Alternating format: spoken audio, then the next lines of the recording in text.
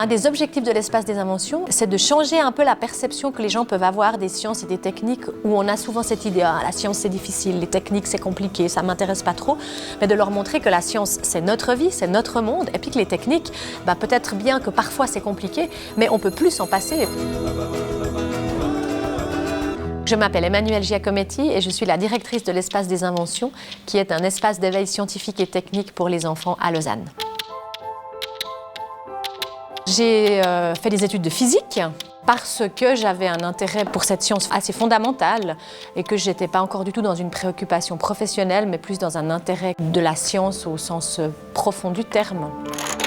J'ai fait ma thèse à l'Institut de génie atomique et le thème c'était « Contribution à l'étude des propriétés mécaniques de l'alliage quasi-cristallin aluminium-cuivre-fer ». Vers la fin du travail de thèse, j'ai commencé à me demander ce que j'allais faire de la suite de ma vie. Donc j'ai été dans un premier temps assez intéressée par l'idée de faire du journalisme scientifique. Il y avait cette idée de transmettre un peu le savoir ou les connaissances à d'autres. Et puis il se trouve que le projet de l'espace des inventions est apparu dans ma vie à ce moment-là, quand je terminais ma thèse. Donc les choses ont démarré comme ça, je dirais un peu par hasard, mais de ces joyeux hasards qui font que la vie est ce qu'elle est.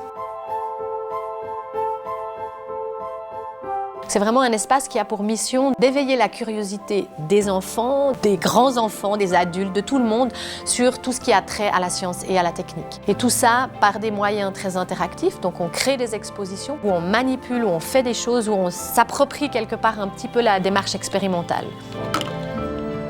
Nous avons créé à ce jour 8 expositions sur des thématiques extrêmement variées. La première traitait de la lumière. Une exposition sur les matériaux, une exposition sur le cerveau, et puis l'exposition actuelle qui traite de la thématique extrêmement délicate de l'énergie. Notre propos a été vraiment de dire, OK, on revient à la base, qu'est-ce que l'énergie et comment ça se comporte l'énergie, qu'est-ce qu'on peut en faire? Et on a créé toute une famille de personnages qui décrivent les différents types d'énergie possibles et on parle beaucoup dans cette exposition des transformations d'énergie. Parce qu'en fait l'énergie, on la voit quand on la transforme et c'est ce qui se passe dans n'importe quel processus physique, chimique, tout ce que vous voulez, c'est toujours des transformations d'énergie. Ce qui aide aussi à la création des expositions, c'est tout la matière scientifique que j'ai découverte pendant mes études.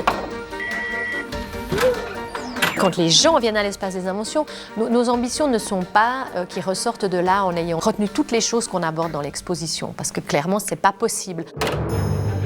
Mais qu'ils se souviennent de l'ambiance et puis qu'ils aient donné à la science et à la technique une autre couleur que la couleur de « Ah, c'est difficile, ah, j'y comprends rien ». Ça, c'est vraiment, vraiment important parce que finalement, c'est la couleur qu'on donne à une matière qui va faire la façon dont on va la percevoir après tout le reste de sa vie.